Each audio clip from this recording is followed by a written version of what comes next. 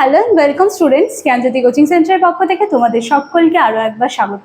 আজকে আমাদের আলোচনার বিষয় হচ্ছে যোগ দর্শন। আমরা যেহেতু যোগ দর্শনটা শুরু করেছিলাম, তো সেই মতোই যোগ দর্শন আমাদের মেইন আলোচনার বিষয়, কিন্তু সেখান থেকে যে সাব টপিক আছে চিত্তভূমি, সেটা নিয়েই কিন্তু আজকে আমি আলোচনা করব, বা সেটা নিয়েই কিন্তু আজকে আমার ক্লাস।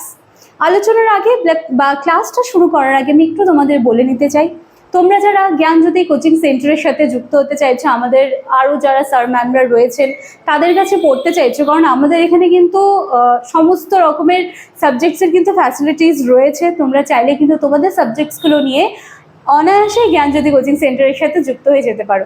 আমাদের সাথে সরাসরি যুক্ত হতে গেলে তোমাদেরকে এই কর্নারে দেওয়া দুটি নাম্বারের মধ্যে যে কোনো একটি নাম্বারে কিন্তু কল করে নিতে হবে। এই নাম্বার দুটি হলো আমাদের জ্ঞানজ্যোতি কোচিং সেন্টারের অফিসিয়াল হেল্পলাইন নাম্বার। এই দুটি নাম্বারের মধ্যে যে কোনো একটি নাম্বারে যোগ করলে কোর্স ফি কী রাখা হয়েছে এবার তোমাদের বা তোমাদের সাবজেক্টস নিয়ে যা যাবতীয় কিছু কনফিউশন আছে সবটাই কিন্তু ক্লিয়ার করিয়ে দেওয়া হবে। এবং আমাদের অ্যাডমিশন অনেক দিন আগের থেকে শুরু হয়ে গিয়েছে। পেইড ব্যাচের যে ক্লাস থাকে আমাদের প্রত্যেকটা সাবজেক্টের, ইভেন আমার এডুকেশনেরও, সেটাও কিন্তু শুরু হয়ে গিয়েছে। এবার তোমরা যত লেট করবে তোমাদের কিন্তু জাস্ট টপিকগুলো বাদ পড়ে যাচ্ছে, সেগুলো কিন্তু বোঝা হচ্ছে না। এবং যেটা হবে সেটা হচ্ছে, তোমরা যখন সেই এক্সামের আগ দিয়ে যখন অ্যাডমিশন নেবে তখন জাস্ট নোটপত্রগুলোই পাবে, সেই কনসেপ্টটাই কি বলতে চেয়েছে সেটা কিন্তু বোঝা আর হবে না। ঠিক আছে, সেজন্য আমি বলবো যে যত তাড়াতাড়ি সম্ভব হয় আমাদের জ্ঞানজ্যোতি কোচিং সেন্টারের সাথে তোমরা যোগাযোগ করে নিতে পারো। কথা না বাড়িয়ে আজকে আমি আলোচনা কিন্তু শুরু করছি। দেখো, চিত্তভূমি এটা আমার আজকে আলোচনার বিষয়। এখানে রয়েছে তিনটা গুণের কথা বলা হয়েছে, সত্ত্বগুণ, তমগুণ এবং রজগুণ। ঠিক আছে, এই তিনটা হচ্ছে গুণ, সত্ত্বগুণ, তমগুণ, রজগুণ। এই তিনটা গুণের সমন্বয়ে কিন্তু তৈরি হয়েছে চিত্ত। ঠিক আছে, এই তিনটা গুণের সমন্বয়ে কিন্তু তৈরি হয়েছে চিত্ত। এবার এই যে চিত্ত রয়েছে, এই চিত্তের কিন্তু আবার স্তরভেদ করা হয়েছে। ঠিক আছে, সেই স্তরভেদ করতে গিয়ে আমরা পেয়েছি কিন্তু 5টা স্তর পেয়েছি। ঠিক আছে, স্তরভেদ করতে গিয়ে 5 রকমের স্তর পেয়েছি আমরা, এবং এই 5টা স্তরকে কিন্তু একসাথে বলা হচ্ছে যে চিত্তভূমি। ঠিক আছে, এই 5টা স্তরকে একসাথে পতঞ্জলি মতে কিন্তু চিত্তভূমি বলা হয়, পতঞ্জলি মতে।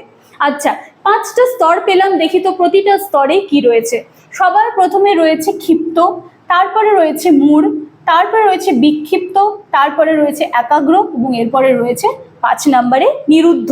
ঠিক আছে, এই প্রত্যেকটাই কিন্তু স্তর, এবং এই প্রত্যেকটা যে স্তর রয়েছে এদেরকে কিন্তু বলা হচ্ছে এক একটাকে চিত্তভূমি। ঠিক আছে, চলো এবার প্রত্যেকটা নিয়ে একটু ডিটেলসে আমি আলোচনা করি। মেইন যে ব্যাপারটা সেটা একটুখানি লিখেছি, তারপরে তো আমি ডিটেলসে আলোচনা করছি সবটা নিয়ে। দেখো, সবার প্রথমে রয়েছে ক্ষিপ্ত ভূমিক চিত্ত, এই যে 1 নাম্বারটা ক্ষিপ্ত ভূমিক চিত্ত। এবার আমরা কি দেখলাম যে চিত্ত যে ব্যাপারটা সেটা কিন্তু 3টা গুণ নিয়ে কিন্তু তৈরি হয়েছে, রজগুণ, তমগুণ এবং সত্ত্ব, বা সত্ত্ব, রজ, তম, এভাবেই বলো, তম, সত্ত্ব, তম, রজ। ঠিক আছে, নিয়ে চিত্ত তৈরি হয়েছে। তাহলে 1 নম্বরে যেটা রয়েছে ক্ষিপ্ত ভূমিক চিত্ত, সেখানে আমরা দেখতে পাচ্ছি যে রজগুণ এবং তমগুণের কিন্তু প্রাধান্য বেশি রয়েছে।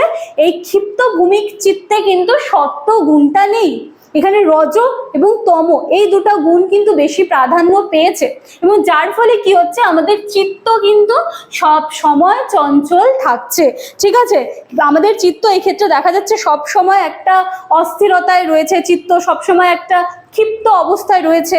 এই সময় কোনো কিছু কোনো কাজে বা কোনো বিষয়ে কিন্তু মন দেওয়াটা বা একাগ্র হওয়াটা কিন্তু মানে পসিবল হয়ে ওঠে না, কারণ এই সময় আমরা দেখি যে রজ এবং তমগুণ বেশি প্রাধান্য পায়, এবং চিত্ত কিন্তু এই সময় বেশ চঞ্চল হয়ে ওঠে। ঠিক আছে, চিত্তের এবং এই যে চঞ্চলতা, তো সেই ক্ষেত্রে বলা হয় যে যোগাভ্যাসের দ্বারা এই চঞ্চলতাটাকে কিন্তু দূর করা সম্ভব।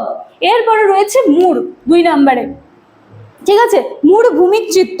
দেখো, এখানে আমরা দেখতে পাই যে তম গুণ যেটা রয়েছে, তম গুণের প্রাধান্য কিন্তু দেখতে পাই, এবং যার ফলে চিত্ত মোহে আচ্ছন্ন হয়ে থাকে এবং কিন্তু সক্রিয় না, সে সবসময় নিষ্ক্রিয় হয় এবং নানান ধরনের যে মোহের মায়ায় কিন্তু আমরা জড়িয়ে যাই, বা মোহের আবদ্ধতায় কিন্তু আবদ্ধ হয়ে যায়, এবং সেই ক্ষেত্রে কিন্তু সে আর সক্রিয় থাকে না, সে কিন্তু নিষ্ক্রিয় হয়ে যায়। ঠিক আছে, চিত্ত নিষ্ক্রিয় মোহাচ্ছন্ন থাকে এবং এই অবস্থায় চিত্তের যে ইন্দ্রিয় শক্তিগুলো আছে সেগুলো বেড়ে যায়। মূঢ়চিত্ত তত্ত্বচিন্তা করতে অসমর্থ হয়।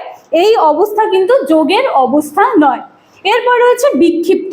এইখানে আমরা দেখতে পাচ্ছি রজগুণটা বেশি প্রাধান্য পেয়েছে, এবং এখানে কি হয়, চিত্ত কখনো দেখা যায় যে স্থির থাকছে, কখনো অস্থির থাকছে, মানে এগুলো এক একটা অবস্থার কথা বলা হয়েছে, এবং কোন গুণ বেশি প্রাধান্য পেলে কি ধরনের অবস্থা দেখা যায় সেগুলো কিন্তু এখানে বলা হয়েছে। ঠিক আছে, এই অবস্থা দেখেছি চিত্তে তমগুণের মানে যেটা বিক্ষিপ্ত রয়েছে, দেখো সেখানে কি বলা হয়েছে যে এই অবস্থায় কিন্তু তমগুণের প্রাধান্যটা হ্রাস পাচ্ছে এবং রজগুণের প্রাধান্য কিন্তু অনেক সময় বেড়ে যায়। এই অবস্থায় চিত্ত সাময়িকভাবে মানে কোনো একটা জিনিসে কিন্তু সেইভাবে বা কোনো একটা বিষয়ে কিন্তু স্থির থাকতে পারে না। কখনো দেখা যাচ্ছে যে ঠিক আছে একটুখানি স্থির থাকার চেষ্টা করছে, আবার জাস্ট পরক্ষণে দেখছি যে ভীষণ অস্থির হয়ে যাচ্ছে। ঠিক আছে, এরকম একটা প্রবণতা লক্ষ্য করা যায়। এরপর হচ্ছে একাগ্র। এখানে সত্য গুণের কিন্তু প্রাধান্য পেয়েছে, এবং এইখানটা এসে দেখতে পাই যে চিত্ত কিন্তু একাগ্র অবস্থায় থাকে। এখানে কিন্তু আর ছটফট করছে না, চঞ্চল হচ্ছে না, মোহাচ্ছন্ন হচ্ছে না, নিষ্ক্রিয় হচ্ছে না, এখানে কিন্তু একেবারে একাগ্র অবস্থায় কিন্তু চলে আসে। একাগ্র অবস্থায় চিত্তকে প্রশান্ত রেখে কিন্তু আমরা ধ্যানের উপযোগী করে তুলতে পারি। ঠিক আছে, এই অবস্থায় এসে এরপরে লাস্টে রয়েছে হচ্ছে নিরুদ্ধ। এখানে দেখতে পাচ্ছে যে আমরা সত্য যে গুণটা আছে সেই গুণের প্রাধান্য দেখা যাচ্ছে, এবং এখানেও দেখেছি আমরা চিত্ত শান্ত এবং স্থির অবস্থায় কিন্তু থাকে, এবং যখন চিত্ত শান্ত এবং স্থির অবস্থায় থাকবে তখন কিন্তু সেই সময় পূর্ণ সমাধি লাভ করা কিন্তু সম্ভব হয়। ঠিক আছে, তখন কিন্তু পূর্ণ সমাধি লাভ করা সম্ভব হয়। এই অবস্থায় চিত্তে সত্ত্বগুণের প্রাধান্য ঘটে এবং কোনো প্রকার কিন্তু যে বিষয় বৃত্তি রয়েছে সেটা কিন্তু থাকে না। তো এই অবস্থায় আমরা যে যোগাভ্যাসটা রয়েছে সেটাও কিন্তু অনেক ভালোভাবে করতে পারি, কারণ চিত্ত একেবারে শান্ত থাকে, স্থির থাকে, সে ইতি উতি ছটফট করে না, অস্থির হয় না। ঠিক আছে, এবং সেটা কোন গুণের জন্য হচ্ছে, সেটা কিন্তু সত্য গুণের জন্য হচ্ছে। তাহলে আজকে আমার আলোচনার বিষয় যেটা ছিল চিত্তভূমি, সেটা ছিল ঠিক এরকম যে 3 রকম গুণ নিয়ে চিত্ত এলো, এবং সেটার মধ্যে আমরা 5 রকমের স্তরভেদ দেখতে পেলাম, এবং প্রত্যেকটা যে স্তর ছিল প্রত্যেকটা স্তর কিন্তু আমি একটু বুঝিয়ে দেওয়ার চেষ্টা করেছি। ক্ষিপ্ততে আমরা দেখতে পাচ্ছি রজ ও তমগুণের প্রাধান্য রয়েছে, মূঢ়ে রয়েছে তমগুণের প্রাধান্য, বিক্ষিপ্ততে রয়েছে রজ গুণের প্রাধান্য, একাগ্র এবং নিরুদ্ধ এই দুটো স্তরে কিন্তু আমরা দেখতে পেলাম যে সত্য গুণের প্রাধান্য রয়েছে, এবং এখানে কিন্তু চিত্ত একেবারে শান্ত থাকে, একাগ্র অবস্থায় কিন্তু থাকে। তো আজকের আলোচনার বিষয়টা আমার এটাই ছিল। খুব ভালো করে দেখে নিও, আমি যতটা সহজভাবে ভাষায় সম্ভব হয়েছে আমি কিন্তু করেছি। এরপরে যেটা আমার পেইড ব্যাচ থাকে সেখানে আরো ডিটেলসে আমি বুঝিয়ে দিই বাচ্চাদের। ঠিক আছে, চলো আজকের ক্লাস বা আজকের আলোচনার বিষয় এতখানিই থাকছে। ক্লাসটা ভালো করে দেখে নিও, ভালো লাগলে লাইক কমেন্ট শেয়ার সাবস্ক্রাইবের আশা রাখলাম। দেখা হচ্ছে পরের দিনের ক্লাসে। Thank you.